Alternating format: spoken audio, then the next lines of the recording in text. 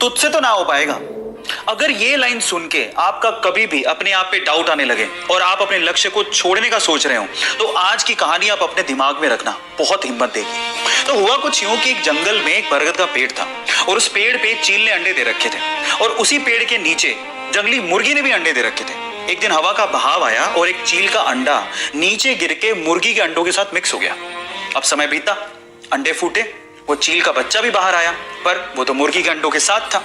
अब वो ये सोचते हुए बड़ा हुआ कि वो तो मुर्गी है। अब वो वही करता जो कि मुर्गियां करती थी। वो उतना ही उड़ सकता था जितनी मुर्गियां यूजुअली उड़ती हैं, और आपको पता है कि मुर्गियां ज्यादा नहीं उड़ सकती, आपको पता है। एक दिन वो चील का बच्चा जो कि मुर्गी की तरह पला बड़ा था, उसने आसमान में चील को उड़ते देखा।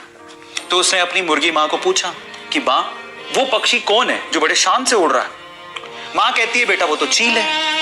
तो बच्चा मासूमियत से सवाल पूछता है कि हम लोग इतना ऊंचा क्यों नहीं उड़ सकते? तो माँ कहती है, क्योंकि तुम मुर्गी हो। और ये सोच के कि वो मुर्गी है, सेल्फ डाउट में कभी उसने ट्राई भी नहीं किया ऊंचा उड़ने का, और सिर्फ मुर्गी बन के वो जीता रहा और एक दिन मर गया।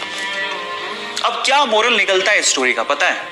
लोगों ने कहा, आपने मान लिया। आपने ट्राई भी नहीं करा कि शायद मेरी सच्चाई कुछ और है, मैं कुछ और हूं, वो सोचा भी नहीं, और सेल्फ डाउट में ही आप खत्म हो गए। गाइस एक बात बताऊं, जीत अगर सुनिश्चित हो ना तो कायर भी लड़ जाते हैं।